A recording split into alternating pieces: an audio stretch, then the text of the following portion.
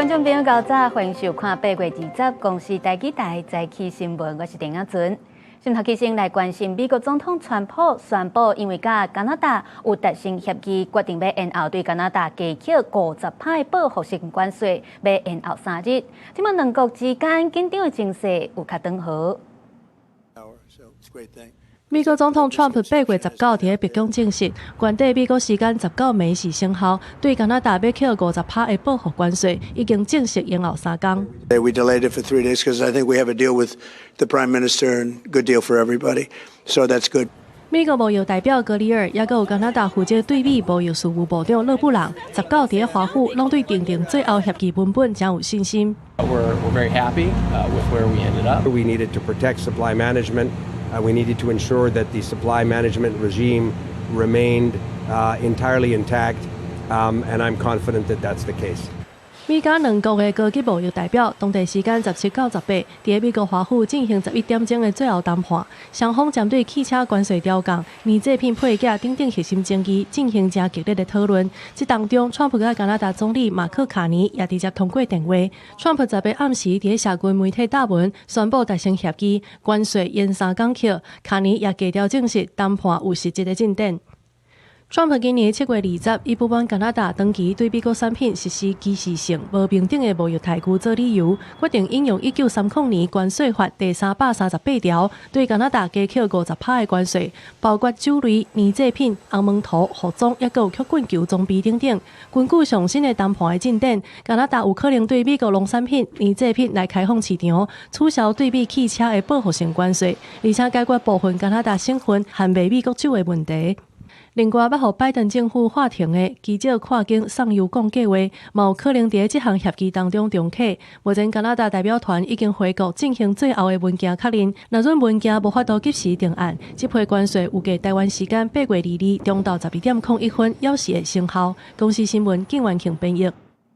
镜头换转来看咱国内，来关心伫咧台中有一个查某人，甲伊的男朋友切咧，说是有心伫咧2024年的11月，家己将囡仔生落来了后，说是直接对11楼悬，甲这囡仔拼落去，致使囡仔死亡。检方是依照成年人故意对儿童杀人的罪嫌来甲起诉。台中地方法院国民法庭审3天，一审是甲判刑4当6个月。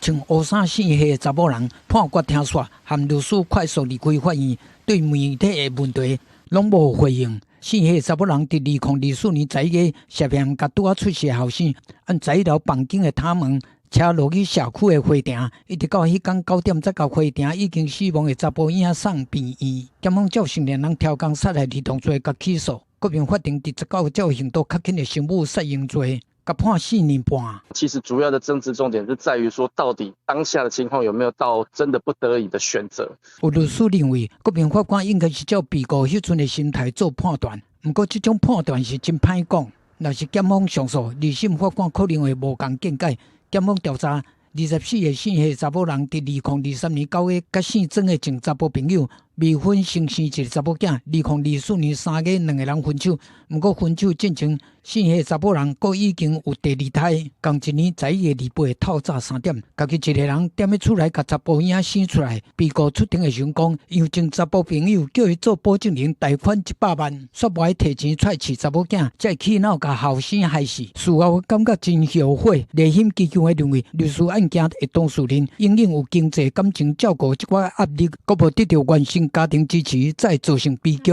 那在他早期原生家庭的经验里面，没有机会去被接起他的这个困境，以至于他在未成年之际，甚至才刚辅成年之际，就会透过亲密关系或一个不稳定的一个亲密伴侣的状况，去寻求一个家庭的安定感或者是安全感。在审理的时阵，辩护律师嘛解释讲，被告是因为长期压力大来做唔到代志，主张伊是犯刑度较轻的刑务杀人罪。不过台中市社会局告诉代理人认为，被告并无积极的作为，一个上期就找囡仔出水，应该用杀人罪来判刑。对着一审的判决，社会局并无回应。记者综合报道。咱海巡署最近是查到一件跨国人体运送毒品的案件，是一个泰国一个木姓女教练4月对泰国来到咱高雄了后，伫咧机场就轰炸落来。照电光发现伊的腹肚内底竟然有藏72粒的毒品海洛因，小想要来走私。目前这个教练是已经被收押起诉啊。海巡人员透过反击，请这名泰国籍的查甫人配合调查。海巡署高雄查缉队4月中接到线报，有个管名单的人入境高雄。海巡随出动去查人，想要到伫咧机场查检的时阵，海关人员就伫咧查甫人的身躯顶先找到5粒1级毒品4盒啊，怀疑是人体菌毒，遂甲人带去病院照电工，果然发现腹肚内底拢是毒品。该名太极女子为拳击教练，在长达10日等待排泄毒品期间，不仅要观察其身体状况，更要时时保持警惕，在旁监护，防止脱逃。本案后续共查扣72颗海洛因胶囊。因为毒品若破去，嫌关会有生命危险，前后用10天才甲所有毒品排出来。海巡表示，这个35岁泰军查甫教练，去年5月就捌来台湾，迄当阵无查到什么故障，不只有发现伊甲几落个外国人有接触。这回入境，海巡共款密切监控，想不到竟然是人体菌毒，做一摆吞72粒。这款行为，互医师感觉真唔通，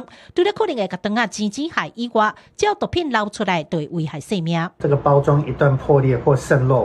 高浓度的毒品就会迅速被肠胃吸收，可能短时间内就会造成严重的中毒。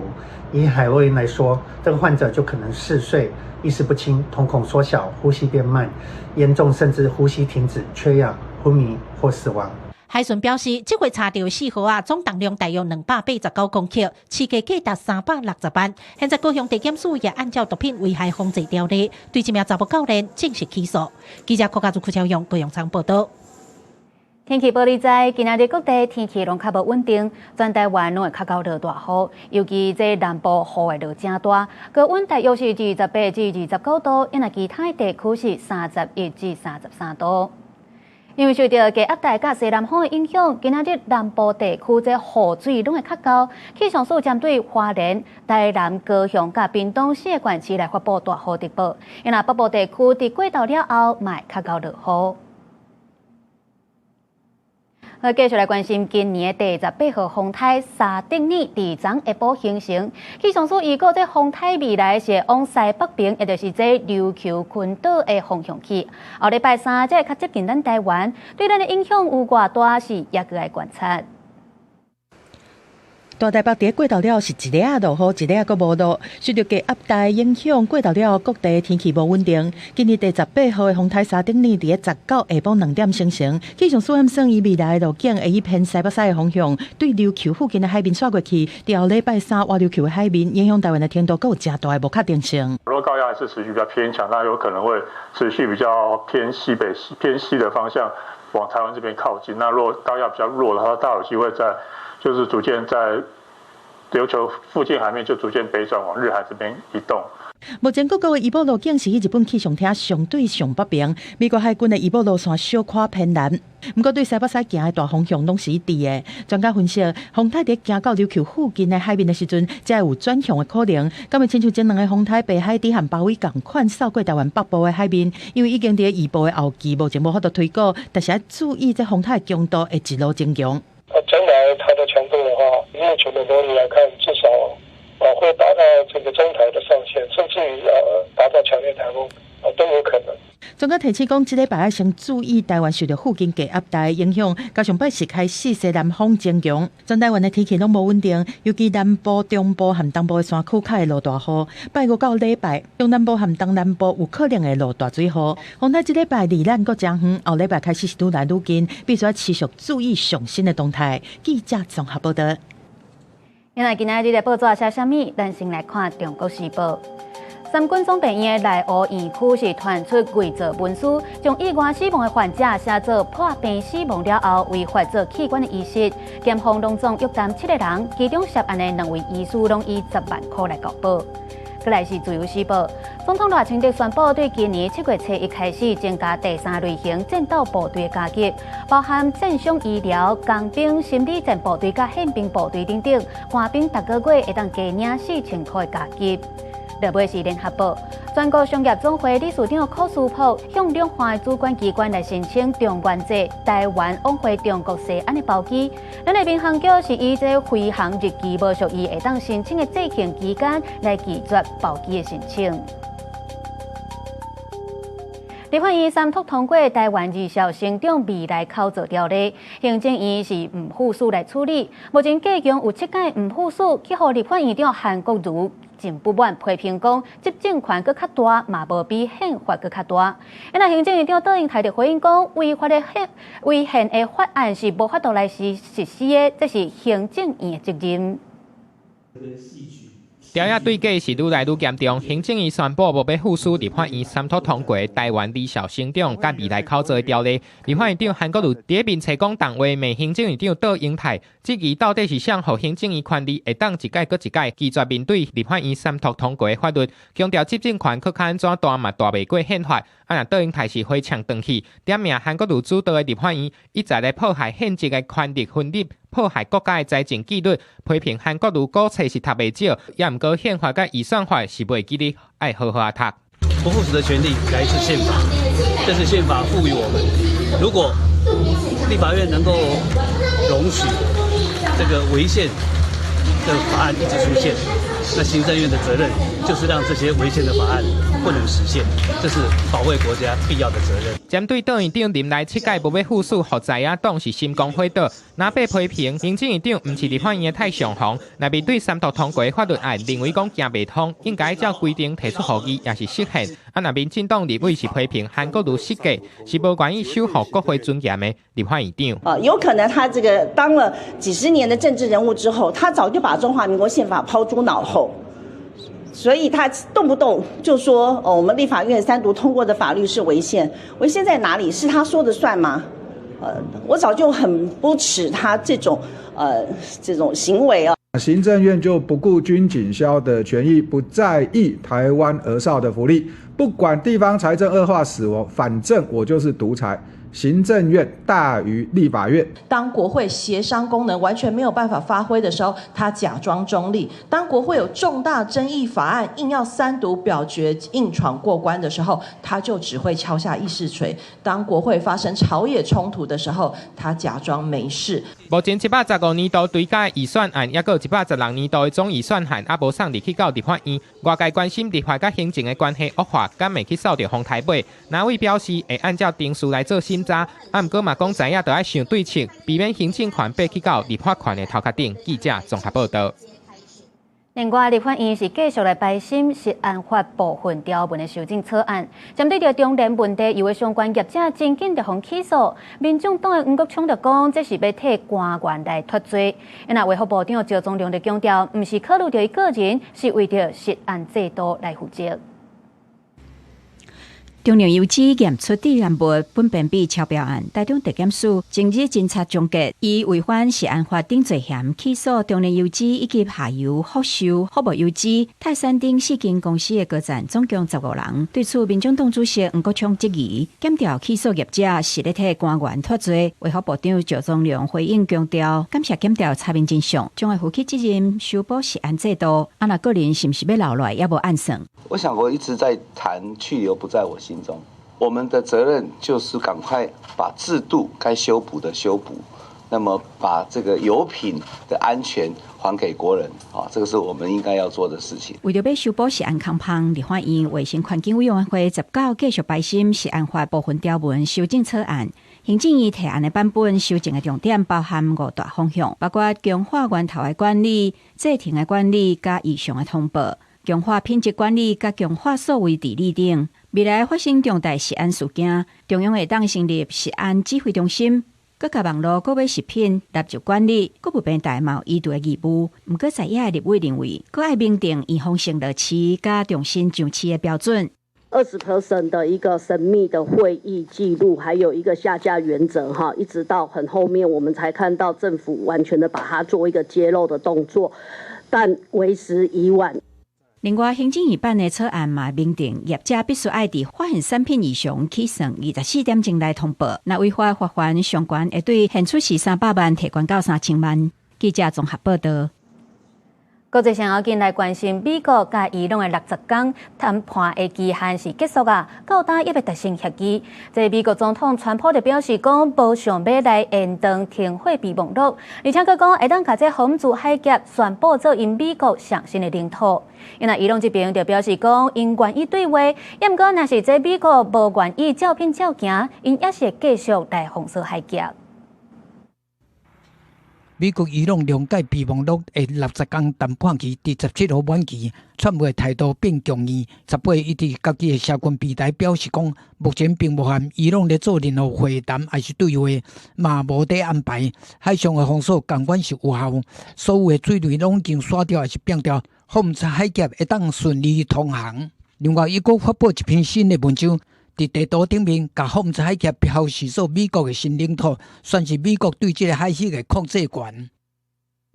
伊朗的首席谈判代表卡里巴乌伫18日重申讲，除非美国完成谅解备忘录内底的承诺，包括解除对伊朗的石油制裁甲资产冻结，停止所有战线的威胁甲军事行动，若无海峡是袂重新开放。伊朗的最高领袖顾问表示讲，伊朗阁愿意甲美国对话，这毋是投降。协商无进展，和国际尤其国际政权伫美伊冲突内底关键的调解者卡达表示讲，希望阿曼甲伊朗完成霍姆兹海峡协议，会当帮助美伊恢复谈判。التوصل إلى اتفاق بين سلطنة عمان الشقيقة وإيران حول المضيق ما سيمكننا طبعا من كما قلنا العودة إلى إطار المفاوضات. 美伊两国拢宣示讲，已经传好强势武力要来解决问题。美军公布黎美珠级航空母舰交伫华盛顿号过去2天通过马六甲海峡，踮咧印度洋训练战机夜间起落甲整备。最近要派去中东，退换伫当地支援伊朗战争，风声四起落车的林肯号航空母舰。公视新闻是会中编译。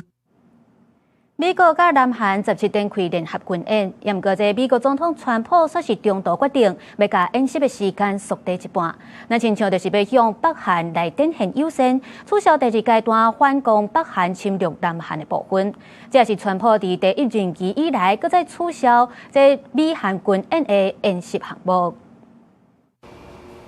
南韩联合参谋总部的干部穿军衫，宣布为17开始进行的美韩联合军演，一支自由护盾会提早6天结束。 한미는 미 측의 제안으로 UFS 연습 기간과 규모 등을 일부 조정하기로 하였으며 연습 기간을 17일부터 21일까지로 시행하기로 하였습니다. 美国总统川普17表示，伊伫美东时间16下令取消第2阶段反攻北韩侵略南韩的部分，而且伫社群平台真实社群普文，讲这是对北韩真无友善的行为，北韩真尊重美国，并无威胁性。针对这点，南韩的民众反应是真无共款。트럼프가 어제 뉴스에 보니까 김정은이하고 친하기 때문에 축소해야 된다고 하는데 그거는 북한을 잘 모르는 그 상황이 아닌가 하는 생각이 들어요. 행동일지 몰라도 일단 그렇게 매스컴에서 나오게 했기 때문에 저희는 찬성하는 입장입니다. 事实上，这已经唔是川普头一届为了向北韩提出善意，缩短或者是取消美韩联合军演。2018年到2019年，川普就伫头一届总统的任内，伫川金会了后，宣布美韩停止大河耀英，甲关键决断的大型春季联合军演，改做是小规模演习。外国媒体法兰西日时报道，针对这届军演，北韩的官方媒体嘛伫19公开批评讲，这是针对北韩上界直接嘛上界公开的威胁，会继续行使自卫权。就算川普已经下令减少演习的项目，嘛反映出伊希望甲北韩的领导人金正恩重新接触。不过，北韩这一届的回应却是完全无讲到川普的命令。根据《华尔街日报》的报道，川普请幕僚赶紧安排伊甲金正恩见面。官员评估，上紧可能会伫11月份亲近 APEC 领袖的会议来见面。公司新闻，陈思栋编译。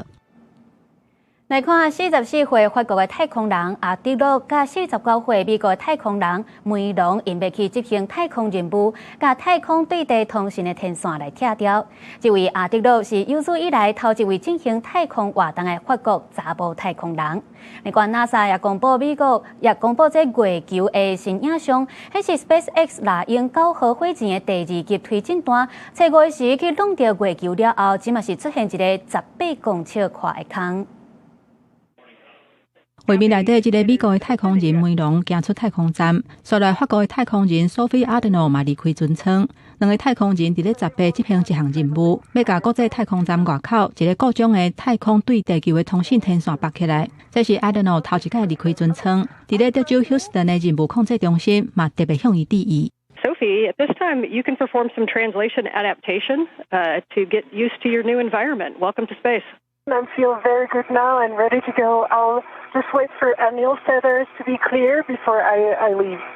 为阿德诺的角度，会当看到伊伫咧太空，甲天线贴起来。阿德诺今年44岁，2026年2月14去到国际太空站，执行差不多9个月的任务。伊有法国高等航太学院工程师的学位，嘛摕到麻省理工学院人因工程的硕士。伊是法国头一个女性的直升机试飞员，嘛伫这一届的任务当中，成做法国头一个进行太空漫步的法国女太空人。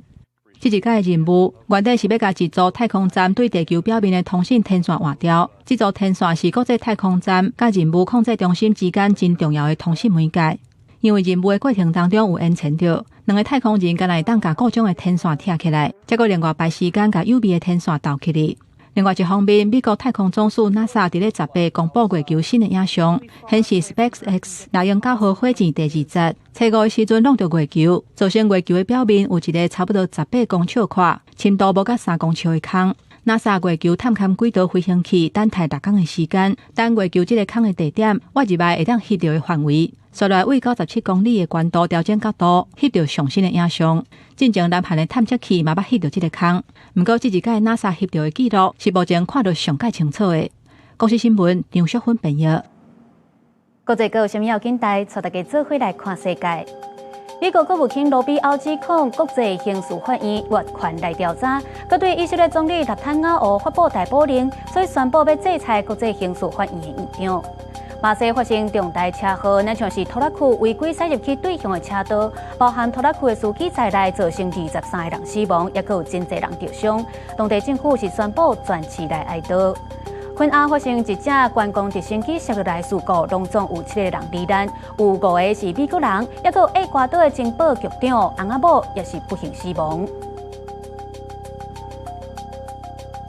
前国安局长谢少的中校退伍了后，去到别流来经营旅游业，算是变做泰铢集团的诈骗共犯，涉嫌提供当地度假村来做洗钱的水房。检调是去抄伊的手机嘛发现讲，伊竟然也有做中国的间谍，来提供别流支持台湾的情报甲外交的行程。即嘛检方是认定有重大的国安危害，依照违反国家情报工作法来甲伊起诉。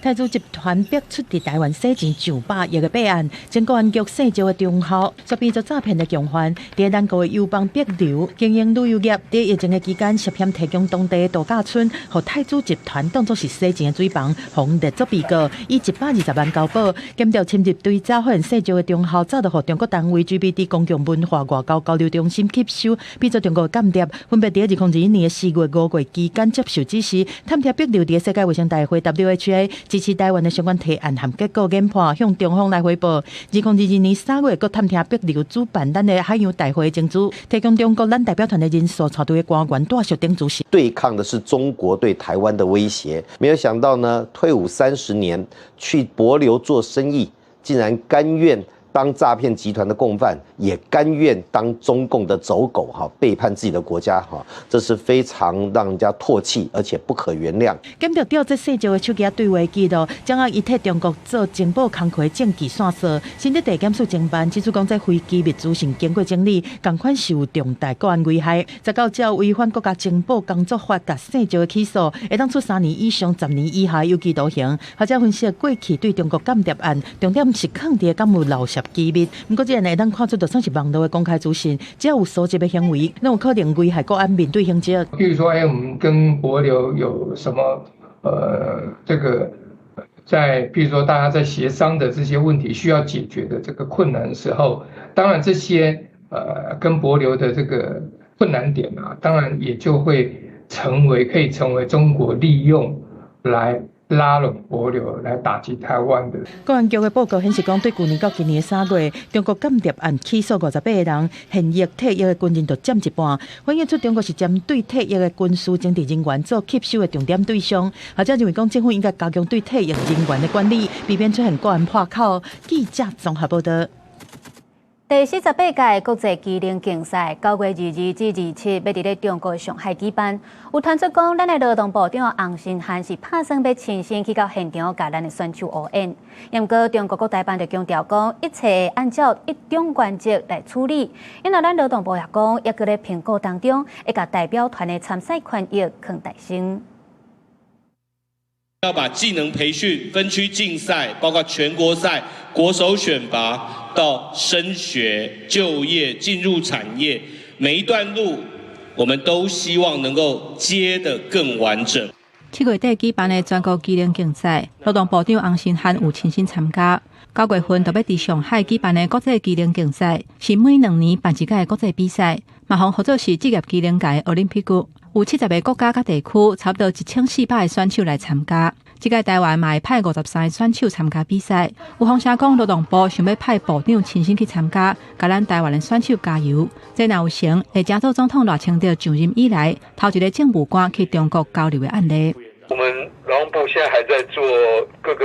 层面的整体评估，那当然会以这个代表团参赛权的利益做优先考虑。不过我们重点是我们会整体评估这样子，这都还在评估中啊，没有确定。不过国台办表示，针对洪新涵等等台湾有关的人员参加比赛活动，会照一个中国的原则来处理。我们期待两岸选手的精彩表现，预祝他们取得好成绩。那么，对于台湾地区有关人员参加赛事有关活动事宜，我们将按照一个中国原则和有关谅解备忘录的规定处理。英国国际机灵竞赛，前2任的劳动部长亲像柯明春，2019年去罗西亚的曲山参加。何培山在2年前嘛去法国里昂，带领咱台湾的选手去参加比赛。所以洪新涵敢会照英国的带团做伙去，众人拢紧紧看。也若针对这点，劳动部强调讲，要咧做整体评估，会以代表团参加比赛权益为优先的考虑。也若着委会这边讲，劳动部已经有回答，因目前暂时无回应。记者综合报道。南韩的艺术展览广州双年展9月要举办，咱的国立台湾美术馆今年是头一届用台湾馆这个名申请去参加展览。想袂到讲这主办单位的宣传海报，台湾这字竟然是甲咱的国美馆，甲改做咱国美馆的英文缩写。外交部长林佳龙就表示讲，已经有甲韩国咧沟通，要争取用当初时协议签的台湾馆来参加。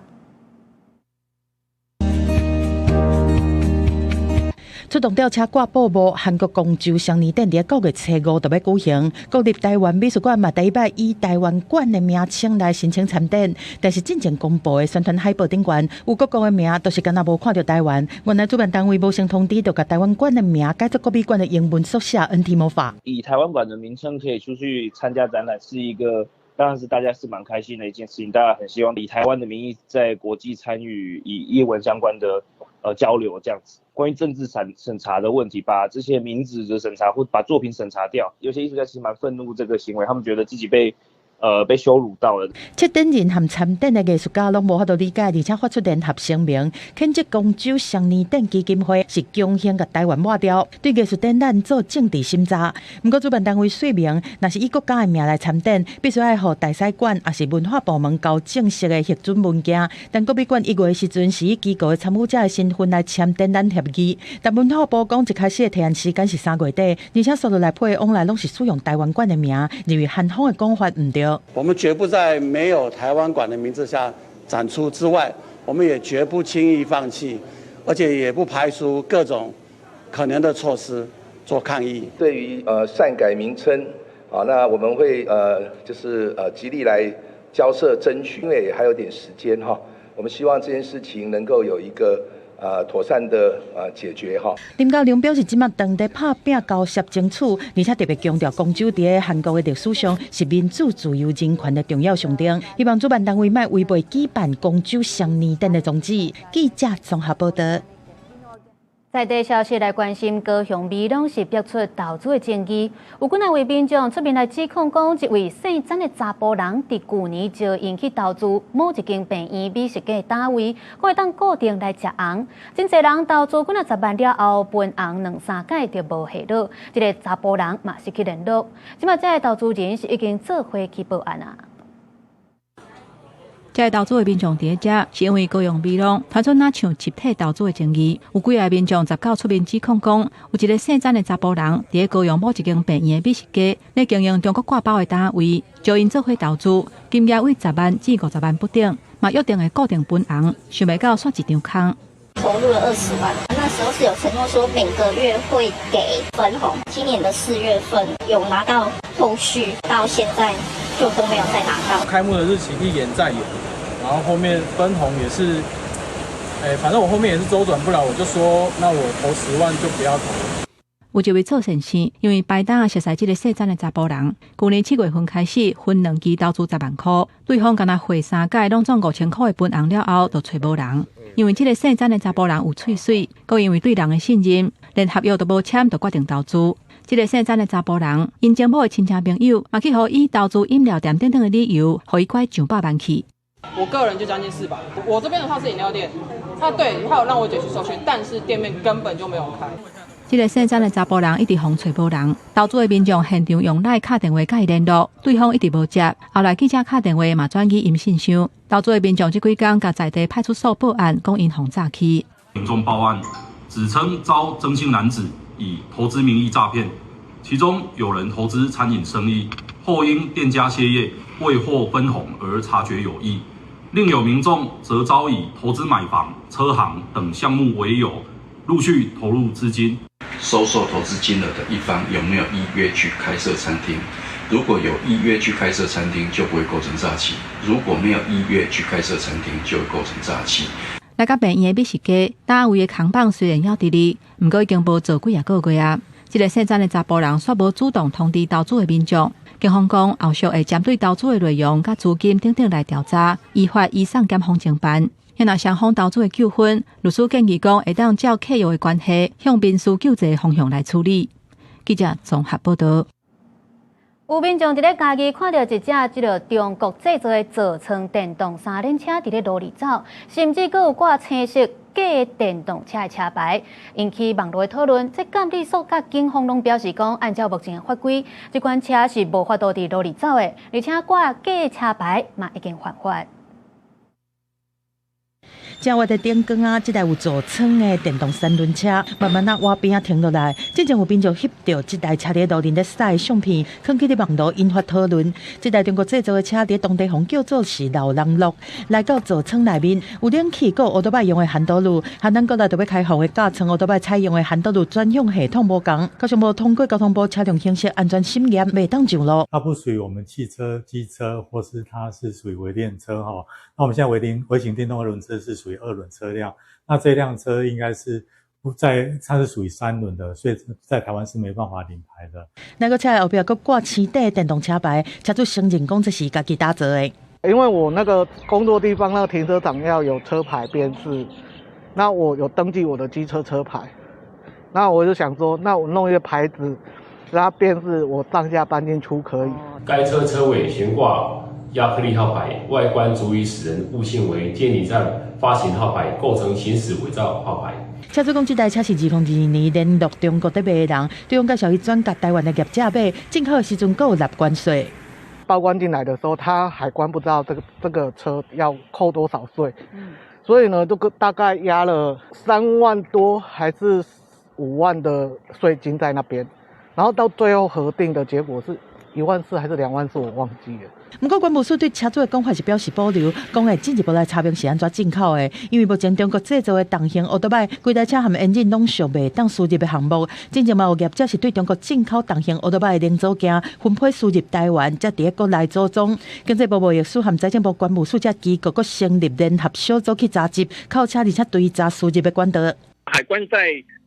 贸易管理政策上呢，我们就会配合国贸署的相关规定，发动联合查缉。国务署嘛表示讲，目前中国籍的小客车、几台车底盘和乌托邦的几台车引擎等等，拢属未当输入的物品，有进口需求的，必须申请专案输入，而且经过货品的主管机关审核，符合专案输入的条件，亲就是少量、特殊需要，还是国内无产制才会当来进口。记者综合报道。咱中科院昨透早伫咧屏东的九片基地来测试火箭，不过无偌久，这火箭却是落来伫附近的山顶，好佳在是无发生爆炸，无造成人员受伤。中科院表示讲，这是因为火箭轨道各样，才会紧急启动自我烧毁的装置落来。哇！失误！完了！哇！村庄！村民紧张大声喊，看到像飞弹的物件画出一条白烟，后来像假雷啊风慢慢对山头落落去。另一个角度看，伊落地了后无爆炸，不过山头规个拢呛起白烟，原来是因为中科院做火箭试射发生异常，造成玉海附近村民心惊惊。现在阵我要较近啦吼，这震动偌济咧，我都赶紧出来啦。出来时，到你到一条我沉定来啊。的幸好是没有落在部落了。它落到棺材也是应该在他们的在基地的里面了。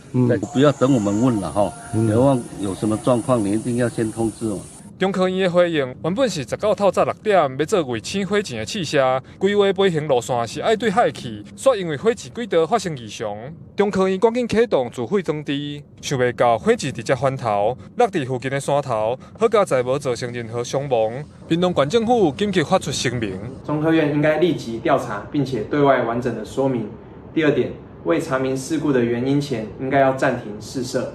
第三点，也请中科院重新检视发射的作业程序以及修正方向，以避开居民的聚落。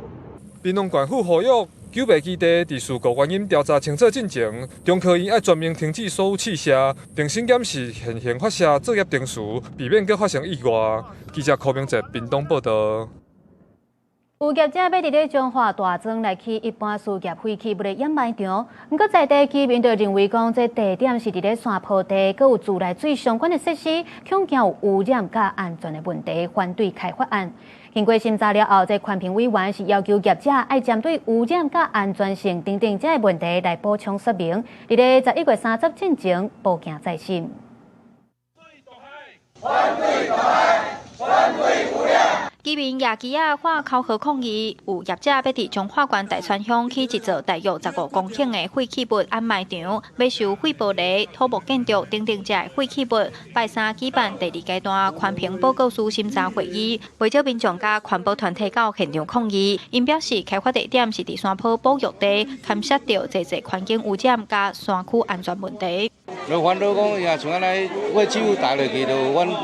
遮就是无多生活水啦吼，田啦拢污染嘛。即嘛就是保护这个水源区，莫阁受到污染嘛。没有开发必要性，对水源会有污染。工程过程之中会填大量的土方，11万立方公尺。所以，如果下雨的话，这个土方不就变成土石流吗？环保团体表示，开发地点的地质真脆弱，唔但会有影响水土保持的顾虑，附近也有公共用水的地下水设备。这么大型的开发案会影响八卦山的生态环境。开发单位表示，环境影响评估拢有做齐全的规划甲配套。那彰化县环保局表示，这案因为有环境敏感地区开发的问题，所以进入第2阶段环评，一定会谨慎评估。做了完整的一个水土保持的一个措施。地下水方面的话，那么我们这个掩埋场的底部有双层的不透水布。保育措施的话，我们也会有做生态廊道。他112年就提出了这一个案子的开发计划，我们开了环评会议，认为说，因为他在山坡地开发，有一些环境的敏感问题，所以我们进入了2阶环评。我们希望环评委员审慎的来进行这个案子的整个审查。环评委员认为，这案要针对开发的必要性、地下水的监控、山坡地稳定度这个部分补充说明，而且这案附近还有花坛乡的土石风资源场咧申请开发，2案应该做伙评估交通甲空气污染的程度，要求开发单位要伫11月30进前报警在先。记者杨淑晴综合报道。即马旧历7月到啊，大家拢会普渡拜拜。毋过，这环境部是对旧年开始推动3种烧金纸的政策，要减少烧香、减少烧金，希望会当尊重宗教文化，也会当兼顾着环保甲健康。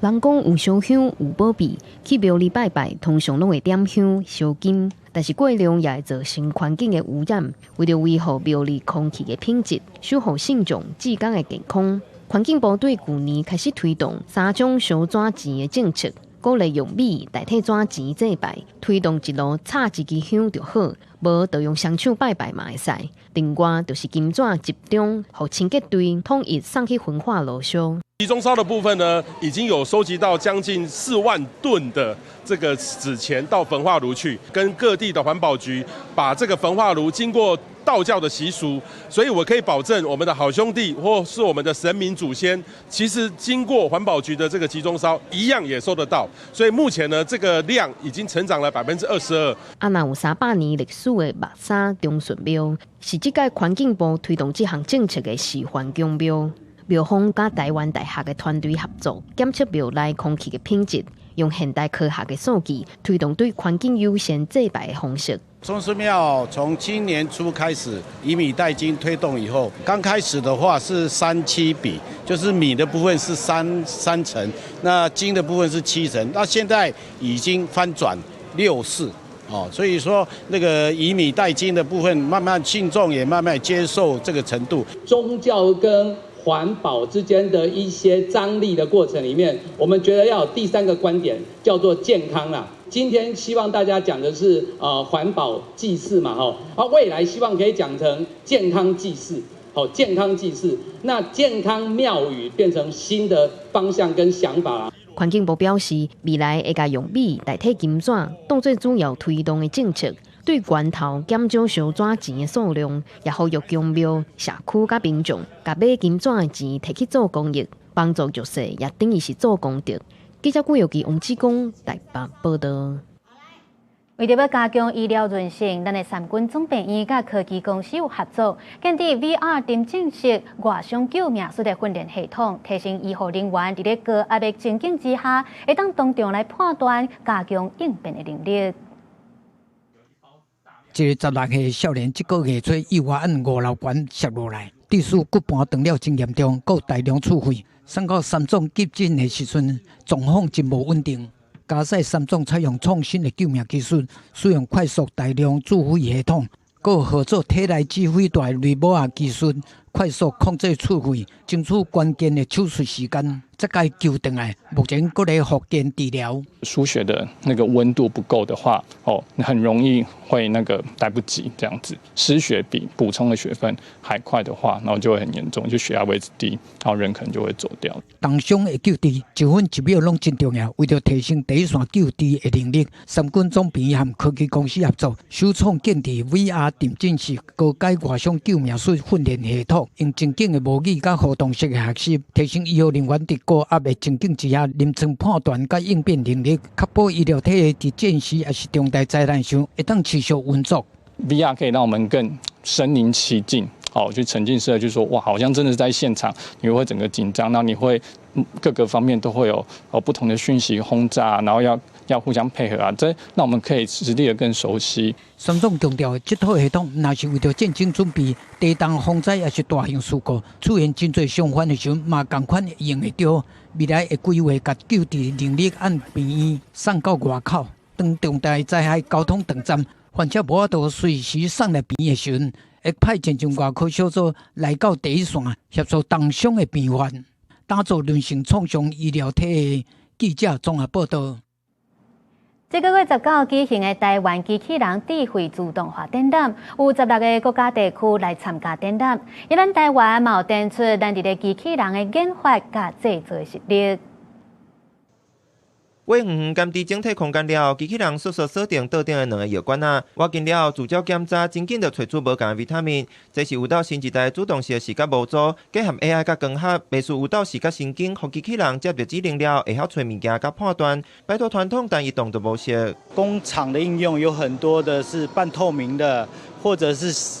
闪光的金属加工件，它都可以去适应这样的高高反光，然后外界光有干扰，我们都可以用 AI 加上我们的视觉去引导机器人做它该做的事情。这项技术通解决远距离辨识细项物件的难题，嘛通用伫自走车、无人机、机器狗等等的平台，让实体 AI 伫第一线作业更较有实用性。机器人除了要更较巧，嘛要更较卡。传统的机器作坊主要都是开跟合，比如说，我握拿起来就放，所以它没有办法做到手指之间的协作。比如说，我要有一些东西需要指腹跟指腹之间的协作，是做不到这些动作，主要差异在这边。有5支手镜头啊，20个自由度，工研院自主研发 AI 仿生人脚手部第一摆登场，有防水、防尘性能，连手尾动作的捏、捏拢会当模拟，甲过去机器人用手底装物件无同，会当轻松完成精密的操作。台湾机器人甲智慧自动化展，甲台北国际自动化工业大展，首相看好实体 AI 发展，有到16个国家地区4500个单位展出产业成果。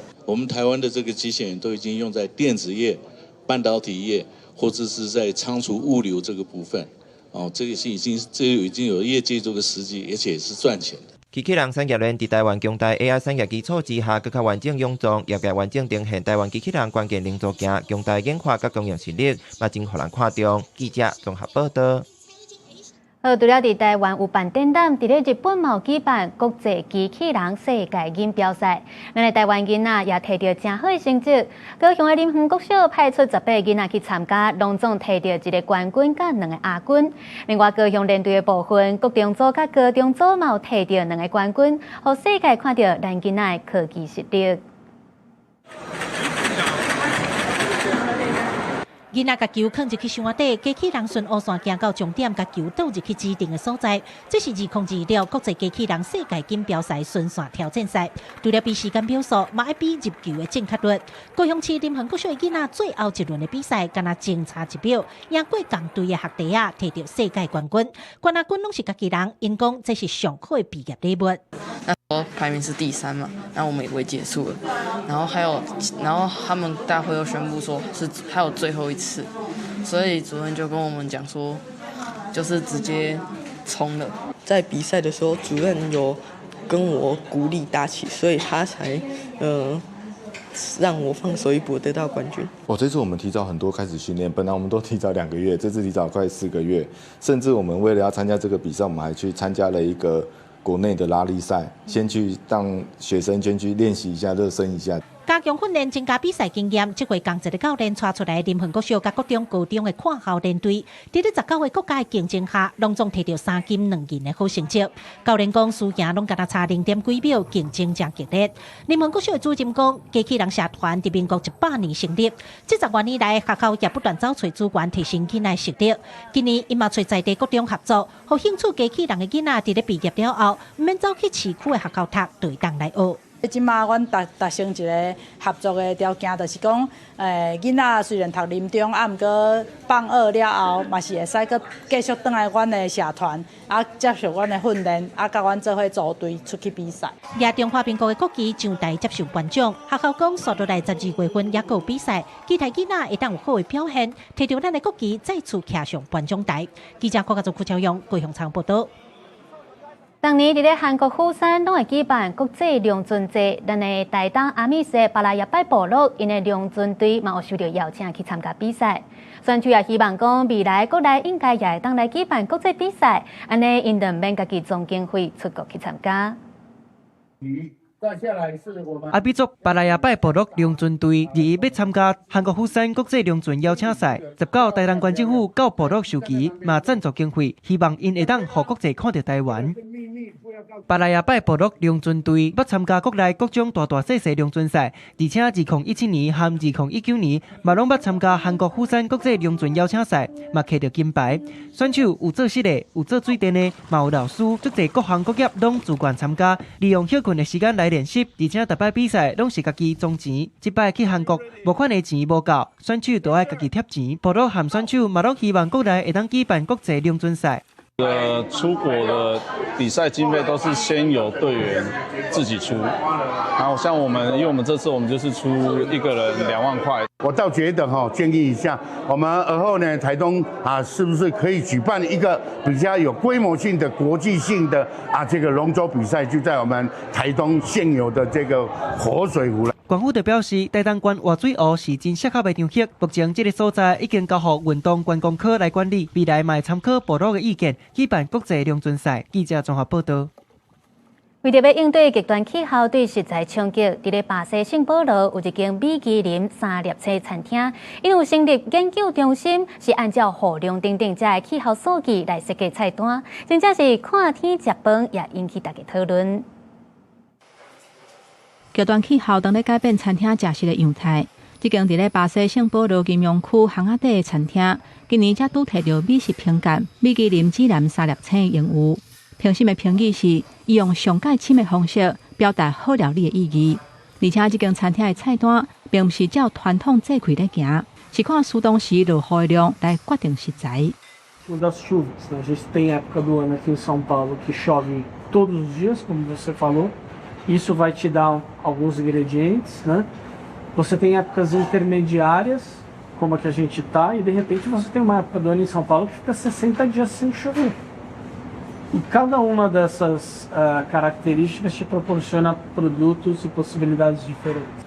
为创意版的圣保罗式酷斯咸派，脆皮肉甲树枝甲德国咸菜，这食材拢是为在地小规模农民来的，这导致唔免受到制开的限制，只要顺应大自然的节奏。在全球暖化的情形之下，巴西圣保罗落雨周期变甲愈来愈无稳定。亲像伫遮，自本7月份拢是真打扫的天气，不过今年煞因为适应现象，落雨的时间特别济，嘛因为高瑞的产季差不多延长2倍，这个时阵餐厅的图纸就会变巧，运用无同食材来改变菜色。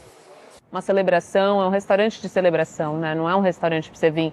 todo dia comer e ir para casa. É uma coisa, um momento especial. 这个看到真高级的料理，其实背后嘛是餐厅对气候变迁的另外一种回应。这个导致伫咧永续甲环保的拍拼，嘛透过回收雨水、堆肥系统甲公平采购等等，豆豆啊实现。因为安尼，当气候愈来愈恶预测，不如嘛会当学观察大自然，顺应大自然，透过每日出菜去呈现在地上界直接的好滋味。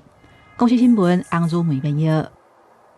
而这气候变迁嘛是冲击到麦仔的产量甲品质。即马就有研究团队是结合大数据、生物科技、佮无人机来培育会当动科幻的麦仔。而且这做面的业者嘛是利用3D 列印来做出新型的意大利面，较好看、较好食，嘛较好煮。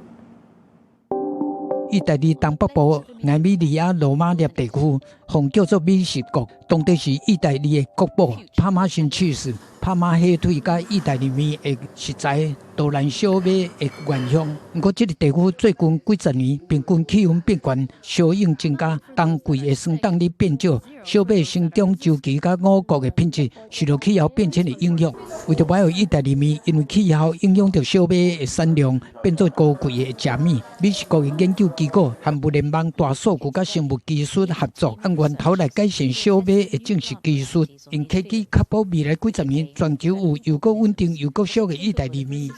A plant that can resist climate change is a plant that can resist various diseases. That'll stay healthy. A plant with deep roots capable of efficient water management. Obviously, a strong resistant plant that can grow with less water. 若是爱改良小麦的品种，意大利面嘛需要做调整。全球上大意大利面制造商百未来伫当地研发实验室，用全球头一台意大利面3D 列印机，开发出一种合作粉红花蕊的新型意大利面。伊是用传统杜兰小麦粉结合天然甜菜菌的精华，直接印出特殊的造型甲色彩。研发团队讲，这是数位工艺。To us, it's digital craftsmanship. The 3D printer and all the technology that comes with it has allowed us to create a new space for pasta development and new consumer habits. For example, appetizers. This pasta looks both pleasing and good to eat, as well as being very easy to cook, because you prepare them like traditional dry pasta. 粉红花蕊有精密计算机记号空刻，会当甲传统面条还是必讲面无法度加调的酱料加调，而且加热的速度更较平均，代表伫未来气候恶化、小麦蛋白质可能降低状况之下，高科技的造型设计，有安会当固守意大利面上界散心的口感。未来意大利面是伟大的科技救援计划，粉红花蕊是这个计划内底头一杯，互咱看会到、食会到。充满美感、创时代的科技成果。公视新闻金元庆编译。伫咧新闻的最后，咱再来关心今仔日各地头的气象。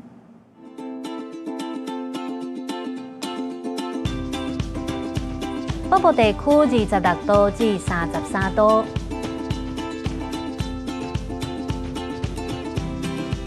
中部地区26度至33度，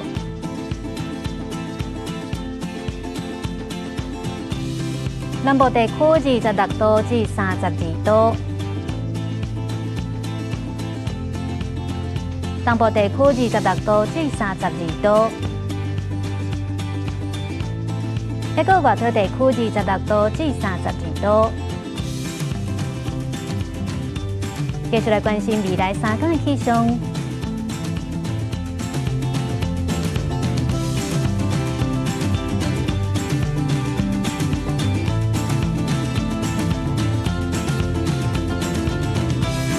感谢您收看今仔日公视台语台早起新闻，我是林雅纯，祝您平安顺心，咱明仔载同一个时间再会。